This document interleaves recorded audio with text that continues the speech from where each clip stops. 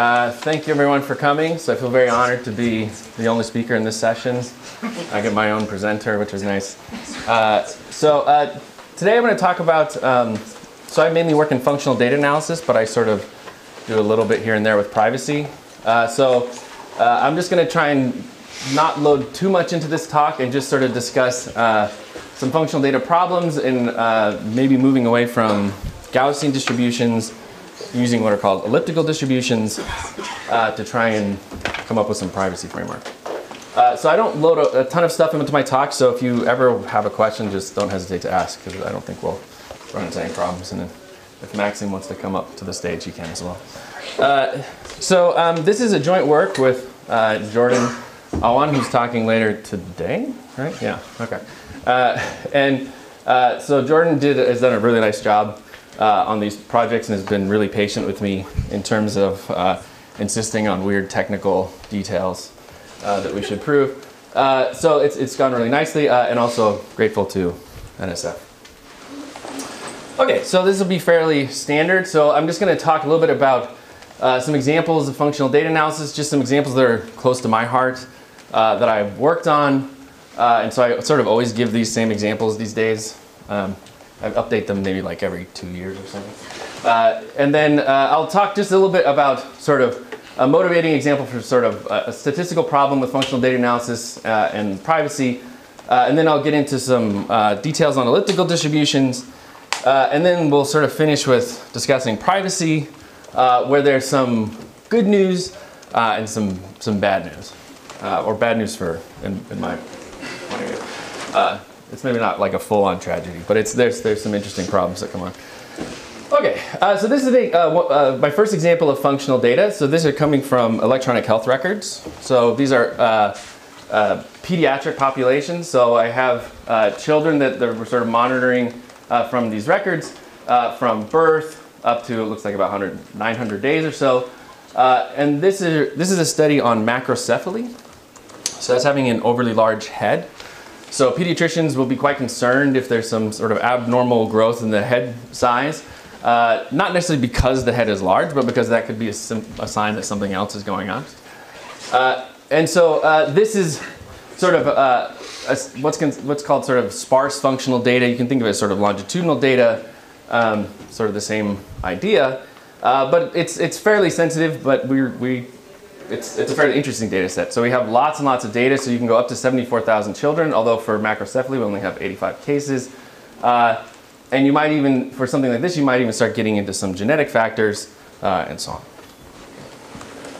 All right, so here's another example which is not quite as erratic. So this is from a study called Insight, which is being conducted out of Hershey, Pennsylvania, which is where our medical school is. So we put the medical school next to the chocolate factory instead of the university. And so what we have here is that we have, again, children aging over time. And here we have weight for height trajectories. Okay, so they're interested in understanding childhood obesity. And they sort of have these nice, fairly well, sort of evenly designed data. And so here they're interested in studying the children, but they have sort of interventions. They want to understand how these interventions are affecting the development of childhood obesity. And they also have a bunch of other fun information. So they have like microbiome information and genetic information. All right. Okay. So here's my last example. So this is sort of a very regular, but sort of a weird functional data example. I haven't talked about how these are functional data yet to any folks in privacy, but if it's something you want to talk about, we could. So the basic idea is for this study is that this is being carried out by Mark Schreiber, who's also at Penn State in anthropology. So he's collected data on tens of thousands of faces at this point, just a ton of faces. So 6,000 faces is old. And so for each face, they have these nice high-resolution 3D images. Okay, they're sort of very densely sampled, right? But they're very there's lots of complicated structure there. And so for each face, they have over 7,000 points in 3D space. They also have a bunch of demographic information and a bunch of genetic information. And again, you sort of might want to do some statistical modeling in terms of understanding how do the shapes of these faces, how are they influenced by different demographic variables, or genetic mutations or something like this. Okay. So these are just sort of 3 data examples that I deal with that you might consider, well, I think they're sort of interesting from a privacy point of view, although I basically deal in statistical modeling. Okay. And so, but those are the sorts of things which motivate a lot of my work. Okay, so let's just get into sort of a statistical problem, just so you can understand a little bit more what we might try and do in terms of statistical modeling and where the privacy might be a concern or might come in. Unlike a lot of some of the stuff that you maybe are used to seeing in privacy, I deal a lot with functions. Okay, so I'm interested in parameters and things as functions, so not just as vectors or scalars. Okay. And so in the simplest case, you can imagine having something like the following model. So you have data that you're observing, xi, and you're observing them at, say, some domain locations, like these are ages. Okay?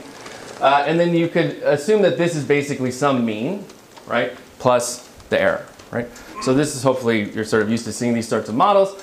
The only sort of weird part about this is that you have this sort of function part, right, where the mu is actually allowed to depend sort of in some sort of nice way, depending on what the domain location is. And you have these errors, and the errors are, there's lots of correlation if I'm looking at errors from the same subject.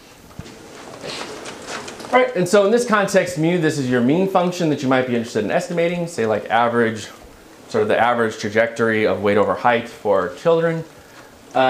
The epsilon I, so this is now some subject-specific deviation. And the t's, these are observed time domain points. Okay. All right, so to estimate the mu, right, so that would be the statistical goal. How do I actually estimate this mu? There's a whole bunch of tools. So this is sort of a whole branch called functional data analysis or non-parametric smoothing. And so probably the most popular are, say, smoothing splines. I think that's usually one of the first ones we go to. If you don't like things like basis functions, you can use something called local linear or local polynomial regression, which is just go locally and you fit a linear or polynomial model, but you sort of let that vary smoothly over the domain. You can use what are called reproducing kernel Hilbert spaces, which I've sort of taken a liking to a lot recently. Or you can just sort of use general basis expansions to try and sort of say, well, this mu, that's some like linear combination of some basis. Okay. All right, and so the optimal estimation rate, in some sense, is known under some assumptions. So I gather that folks, and some folks around here like lower bounds and things like this. I don't usually talk too much about this, but if you're estimating this mu, and you assume that it, say, has like r derivatives, like say in L2 or something, right? Then the optimal estimation rate can actually be written down like as follows, right? So you basically have something like 1 over n, so 1 over the sample size. And then you get something like n times n, right? But how much information, so this is sort of like the number of subjects times the number of points per subject, right? So but how much information you're getting here, it's sort of, there's sort of a limiting effect, right? So if I'm trying to learn about the population, I can only get so much information from one individual, right? I get something, but at some point it sort of teeters out. Right, so you see here that if you had like R, which is huge, right, then this would look very similar to this. You get this like -1, but it's not, right? So it's going to be usually something like 2 or so. Okay, so in here you can sort of see the interplay between the number of points per subject and the sample size. Okay, so I was asked to do a problem session, so I was just going to talk a little bit about some of these lower bounds for folks that like that sort of thing. I think on Wednesday. All right. Okay. So, but I'm not going to talk about minimax things or anything like this. Just to give you a flavor, my main goal is basically the following. So we have this mu, but I'm just going to replace this with some general parameter. So I have some parameter theta, right? But this is now a function, okay? And it's like some smooth function or something, okay? And so that function is based on some sort of model, and I'm estimating it from my data. So I end up with something like theta hat d. Right, so that could be something like a spline or some sort of RKHS method or whatever. And so I want to produce a sanitized version theta tilde d, right, which is private, right, or epsilon delta private. Okay, so that's the sort of general setup, and the sort of the story in mind you can sort of think back to that meeting example. Okay. All right. Okay, so the way that I want to do this is not too surprising, hopefully, is that I basically want to take whatever that estimate is, and I want to add on some random process, right? Okay, so it's sort of been studied on how to do this if this is a Gaussian process, so the ZT is Gaussian. So what I want to talk about today is when the Z is actually not necessarily Gaussian, using some other options. Okay. All right. However, if you're doing something like this, you can still sort of talk about what does it mean to satisfy epsilon delta privacy or epsilon privacy, right? So you basically have the same definition, right? I take some adjacent database, right? I swap out some, say, units, like some subject, some child, and then I recompute the estimate. The question is how far away could the sort of new estimate and the old estimate be from each other, right? Okay, and so you get the same sort of bound. Okay. For those that really, really like measure theory, I don't know how many of you fall into that group.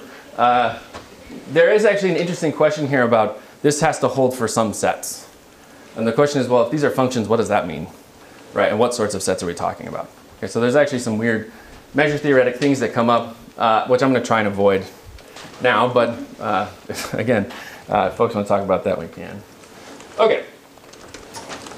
All right, so there is a fair amount of related work at this point. When we got into this, we sort of were, and if you know of other papers, you certainly let me know, but when we got into this, we were sort of really aware of Hall and Ronaldo and Wasserman's work, which looked at Gaussian perturbations, really focused on pointwise releases, although they had some interesting extensions in different ways. And then there was some work which was maybe not quite functional or sort of related.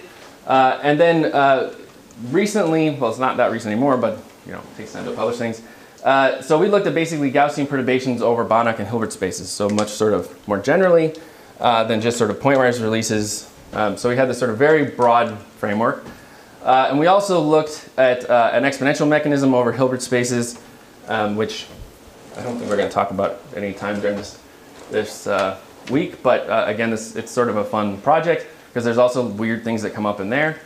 And there's also a paper which I'm waiting on from a friend, Aurora DeLagle, who works in statistics, not too much in data privacy, that's sort of looking at density estimation and Brownian motion perturbations, and has some interesting stuff there, but that's still not out. Okay. All right. So I've said that I want to use elliptical distributions to do privacy. So a good question is, well, what's an elliptical distribution? Seems like a good starting point. So an elliptical distribution, intuitively, it can just be thought of as sort of a generalization of a Gaussian. So in the following sense. So if you think about a Gaussian distribution, just think about a bivariate Gaussian distribution, right? And you plot it. If you cut it, right? If you take the level sets of the distribution, you'll get ellipses, right? So this is one of those things. So it turns out, though, that's not the only distribution that will happen for, right? So there are others. And so any distribution where this happens is basically called an elliptical distribution, right? If I take the level sets of the density and I get an ellipse, that's called an elliptical distribution. Okay. So mathematically, you can be a little, this top one's not 100% precise, but you can be a little bit more precise in the sense that you can choose sort of one of two definitions if you like. So an elliptical distribution is one where basically the density up to, say, some constants based on the parameters is proportional to some function of this sort of quadratic form. Okay? And so if I'm looking at sort of the level sets, basically the level sets are really going to be determined by this guy, which is the formula for an ellipse, basically. And so this function, though, it can be sort of anything. It could even be infinite as long as it's not infinite for too long. And then you have something like a center and something like a scale, right? So if everything has finite moments, then you can have a mean and a covariance, but the elliptical distributions don't have to have finite moments. They can have very heavy tails, which is part of the reason why we would look at them. In which case you can think of, again, the mu is sort of more of a center, and the sigma is more of like a scaling. An alternative is to use characteristic functionals. Okay, so very closely related to Fourier transforms, if you like. But the nice thing about using characteristic functions or functionals is that they sort of completely describe distributions, and you don't have to worry about things like, oh, is sigma invertible or not? Right? So with a characteristic functional, basically you can get the sort of same sort of structure, So if x has the sort of following characteristic function, you'd say it's elliptical. So basically, you have some mean, which just sort of factors out, so you don't really worry about that. And then you have this sort of central component, which sort of just depends on sort of in a nice sort of quadratic form. Yeah? So should I think of f in the first definition as a decreasing function, or is that... Yeah, it actually has to be decreasing. Yeah, it actually, this was something we were trying to like really convince ourselves, could it possibly increase? No, it has to decrease actually. So it actually has to be monotonically decreasing. You can think that you can come up with weird stuff like if it's not monotonic and you try slicing, then you'll break everything. Okay, so in general, I usually call mu the center or location, again, just because the moments get a little bit awkward, while sigma is called the scale or dispersion matrix. Again, just think of them as mean and covariance matrices, but mean and covariance might not exist. Okay. All right, so the nice thing is that actually elliptical distributions extend very nicely to infinite dimensions, which was sort of part of the motivation, right? So part of the problem with using Gaussian perturbations and privacy is that you can't get epsilon privacy, you can only have epsilon delta, right? Because you don't have thick enough tails. So you can move to something like an elliptical distribution, which gives you thicker tails, which is nice. And then the other nice aspect is that elliptical distributions extend very nicely to elliptical processes. Okay, so they're just sort of, it's almost immediate. So basically, with the stochastic process, so now you can think of basically having like infinitely many random variables, right? So a stochastic process is called elliptical if all of the sort of finite dimensional distributions, those are elliptical distributions from the same family. Okay. All right. And so I sort of write this general T here for the domain. Usually you can think of it just being 0, 1, although there's other occasions where you might want it to be more complex. And the nice thing here is that, yeah, so this allows you to really get thicker tails. So Gaussian is one example, but you can have Laplace distributions, Laplace processes, you can have T processes, you can have Cauchy processes, and really there are formulas for getting sort of infinitely many families of elliptical processes. So you can really tailor these things. And actually because of that, they've become pretty popular in like extreme value spatial modeling because they can sort of try to model tails a lot better using these sorts of elliptical distributions. Okay. Right. Okay. So, but if you have a sort of an elliptical process, then what you can sort of show is that, well, there has to be some sort of center to that process and some sort of scale or covariance to that process as well. Okay. So it's sort of very similar to a Gaussian process. You have a mean sort of function and you have some covariance function describing how things are dependent in time. But now you'd have thicker tails instead of Gaussian tails.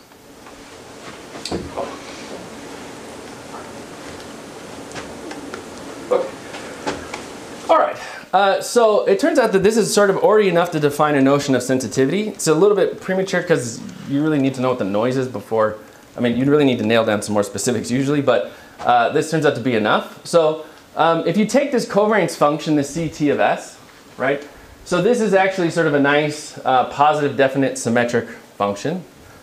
Okay, and so to that function, there's actually a very special space associated with it, right? And in particular, you can form what's called a reproducing kernel Hilbert space, for those that are familiar with those sorts of things. But a reproducing, I'll sort of talk about this in a second. It also has another sort of special name called the Cameron-Martin space, which it just sort of depends on the field you're in. But what this space basically consists of is this consists of functions from your domain into R, right? But they have to be somewhat nice. And they have to be nice in the sense that they satisfy this sort of following, this is called the reproducing property. So basically, these sort of functions right here, this Ct of s, so for each fixed t, as a function of s, that thing has to be inside this space. And then you also get this nice, what's called the reproducing property. If I form the inner product of Ct with any other function f, then that gives me pointwise evaluation. Okay. So a sort of a set of functions where you have this sort of property is typically called the reproducing kernel Hilbert space. Right? It's Hilbert, and it reproduces. It has a kernel, so that's the kernel. But there's this nice one-to-one correspondence between the two. Okay. And it turns out that that space is the sort of right space for calculating sensitivity. And so in particular, if you want to sort of calculate a global sensitivity, what you really want to do is you want to say, okay, in that space, if I sort of swap out one subject, how much could my statistic change? Okay, but in that norm. Yeah, please. Can you just go back to the actual definition of C? CPF? Oh, sure. Yeah. It's just this. So you can think of it as like point. So if you have moments, you can just think of it as basically describing the covariance. So if I look at C t of s, that's the covariance of x of t and x of s. But the covariance might not exist if you want to go really crazy. Like if you want to go all the way up to Cauchy, it doesn't exist. Okay. So this is really the right space for computing sensitivity, which is sort of one of these things that was brought up in Hall and Ronaldo and Wasserman actually, but it extends very, very broadly actually. So this, if you want to add on some noise, it turns out that this space for that noise, this is really the crucial thing to look at. And if your sort of statistic is not falling into that space, then it turns out you actually can't do privacy. So that is to say, you can't guarantee something like epsilon or epsilon delta privacy. Okay, so this is the sensitivity. Yeah, please. So, sorry, I'm new to this, so I'm sorry. Yeah. But isn't C dependent on the data or something you don't know a priori, or do you assume you know it a priori? It's known a priori. It's sort of like saying that I'm going to add out a Gaussian, multivariate Gaussian, right? And I don't necessarily know the constant I'm going to put in front, but I've selected a covariance. So the C is not data dependent. This has to be chosen beforehand. But you can have a scaling. Yeah? But do you also assume your data is actually generated from this elliptical distribution? No, that's not necessary. What's necessary is that the summary, the statistic that you're calculating actually falls in. So this fits in very nicely with reproducing kernel Hilbert space regression, because when you estimate your parameters, you put penalties that actually force the statistics to fall into the space. So it fits very nicely there. The data itself can actually be atrocious. Yeah. So there's a sense in which the data can fall into some pretty nasty spaces as long as the statistics are okay.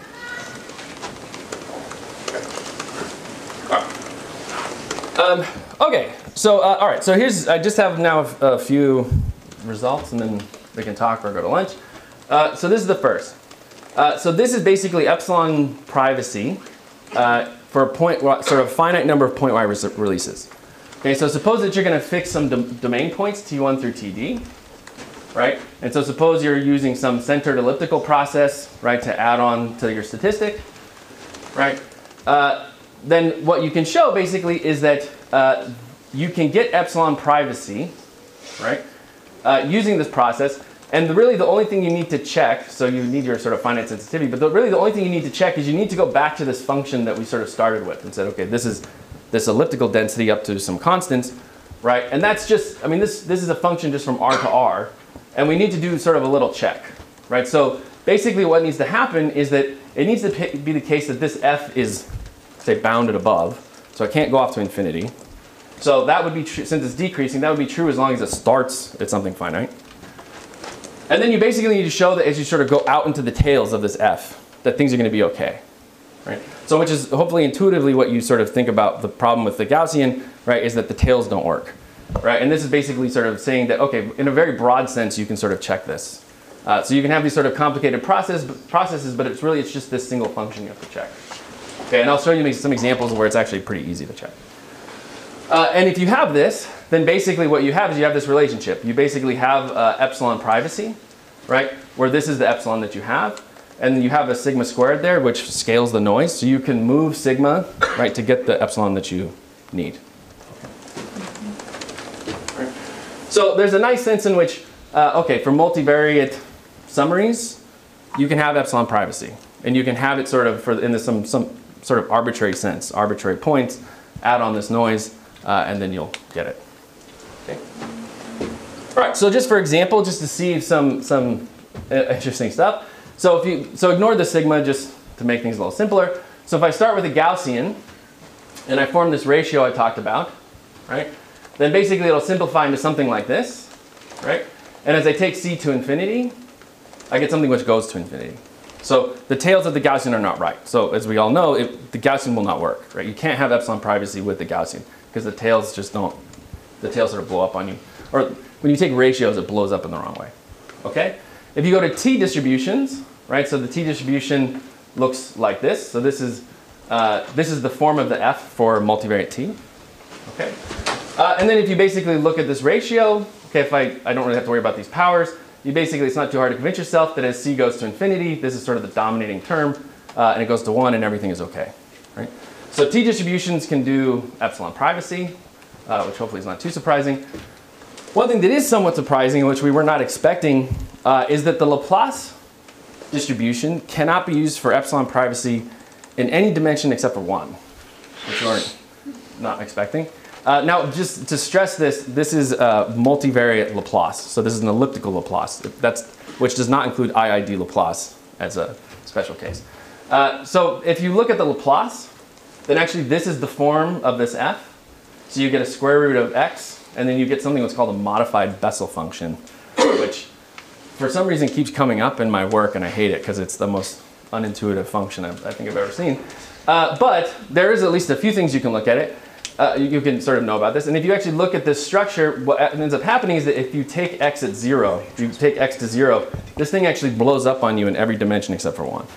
So if you go to 2 dimensions, you get this pole. So actually it's fine in the tails. Laplace is fine in the tails, but you get this like infinite pole at 0, which breaks everything, which we were not expecting. I thought that would be the perfect noise.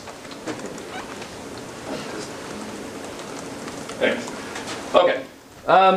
Okay. And so here's the negative result. And this was something I really was not expecting. And I was trying very hard to prove that it wasn't true. But it turns out that it is. So the negative result actually is that while you can have epsilon privacy in multivariate data in finite dimensions, you cannot have epsilon privacy with an elliptical distribution in infinite dimensions. That is, it's mathematically impossible in some sense. And by infinite, I mean like truly infinite. So there's not like some finite dimensional low rank structure sitting there to simplify everything. So if everything is truly infinite, and I'm removing sort of pathological examples like I always output 0 or something for my statistic, then you can't have privacy over the infinite dimensional space.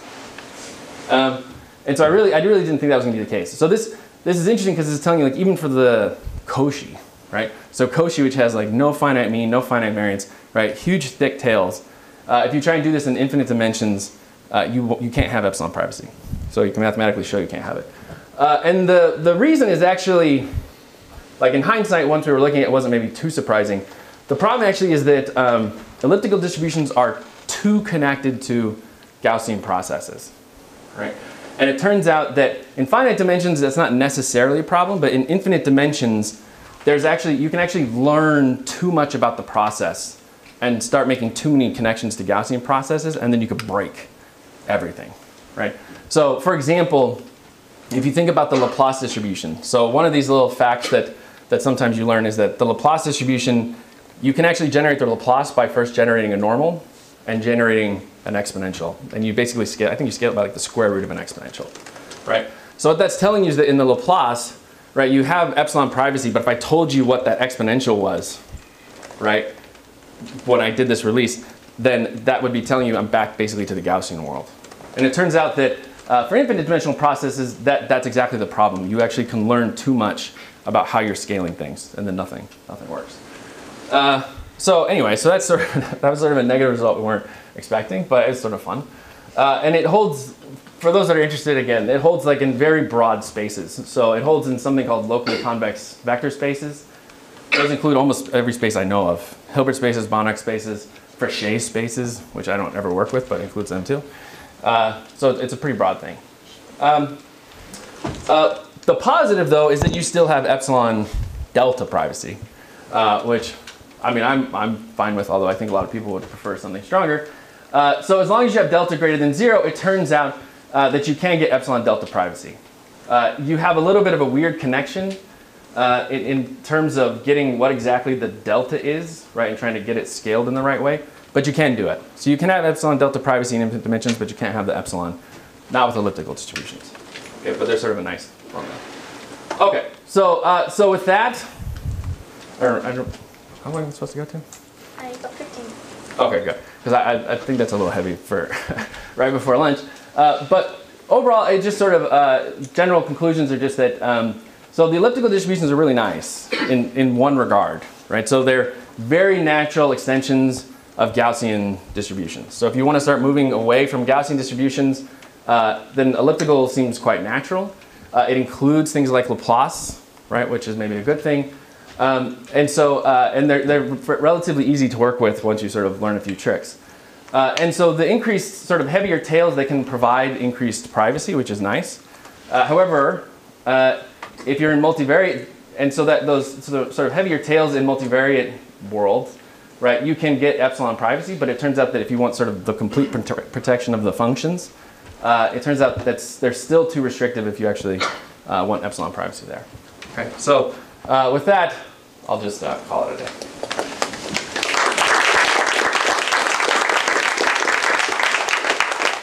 Okay, so we have plenty of time for questions if anyone has questions.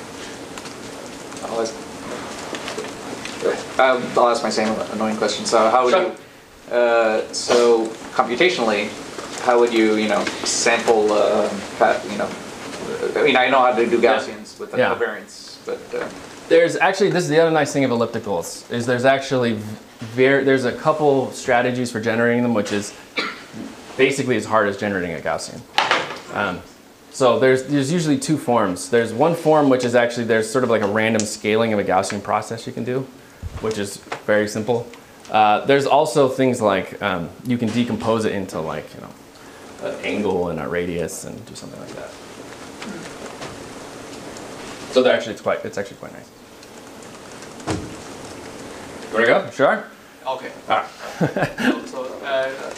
So I'm really curious about this lower bound and what does that say? Are you restricting anything on the kind of noise that you're adding to this process? For the epsilon privacy negative result, that you have one? a lower bound that says for any noise adding mechanism that adds something with a stochastic process Z, and then you say that it cannot possibly achieve epsilon dt. Right. So it's good to emphasize this point. It's specific to the Z. So that is to say, if I fix this Z and the only thing I'm allowed to adjust is just the scale factor, like I'm going to multiply by something, right? That cannot achieve epsilon privacy if that Z is elliptical. But it's not an arbitrary noise. Okay. So there are noises you could add which conceivably would give you epsilon privacy. Yeah, in particular, just to construct one specific noise adding procedure that works here, and it also gives you a function. You first do like a wavelet transform of your function. You add noise, calibrated according to the L1 sensitivity. You add Laplace noise to every coordinate, and then you transform it back. Sure. And so that it's as long as the noise that you're adding, it's as long as it decreases in the right way, then that will work usually. So and can be generalized quite broadly. So the issue you have is that you want to add on noise in a way that doesn't leave the space, and that can be potentially problematic. So that is to say, if I'm in L2 and I do some expansion and I add on like IID to every coefficient or something, I'm no longer in L2. So you just have to watch that. But as long as you do that, you can have them decrease, and then that will work. Suppose you first convert everything to the sequence space, you have a finite dimensional thing, because you gotta do the thresholding anyways. So then you can add finite dimensional noise, and then right. Well, so and that's what I mean by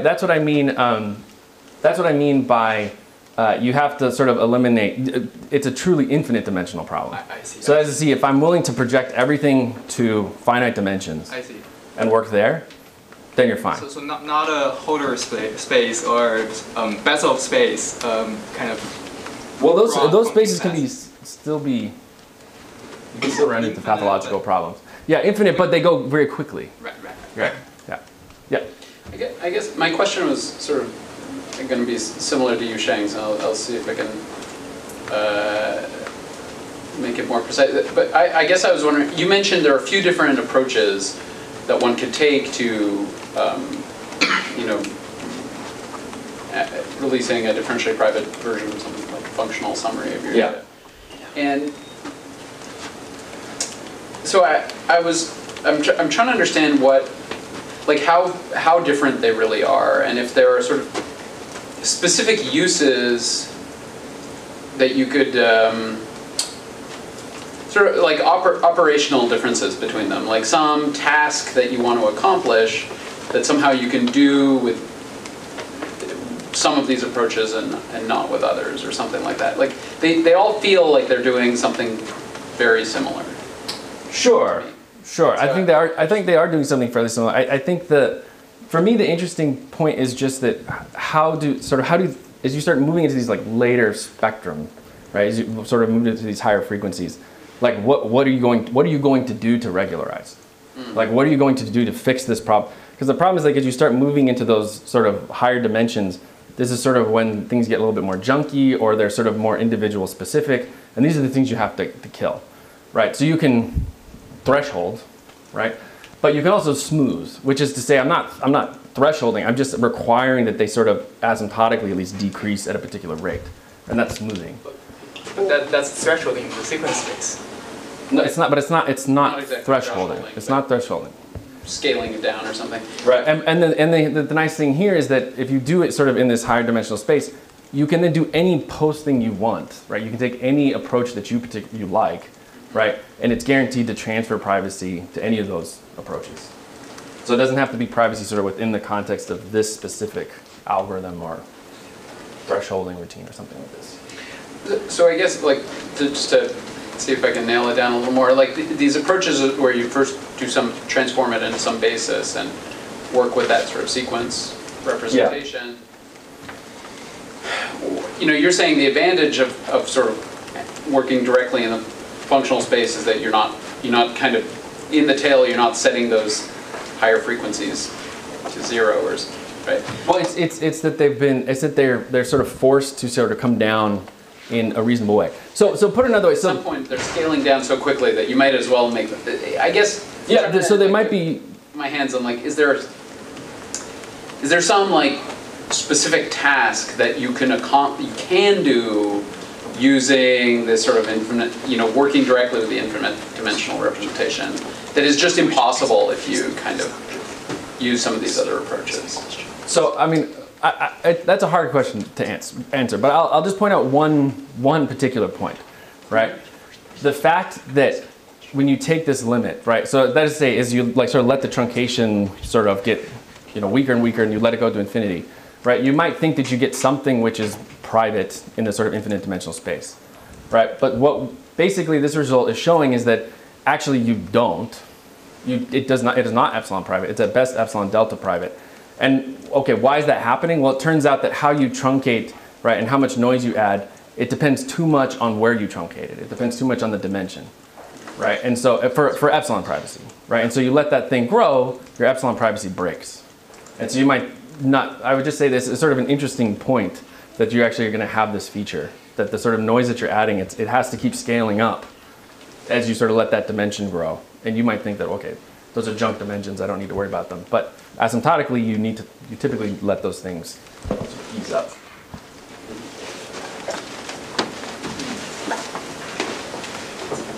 I don't know. I think you already answered my question, but sure. Maybe we'll say it anyways. Sorry, so I feel like often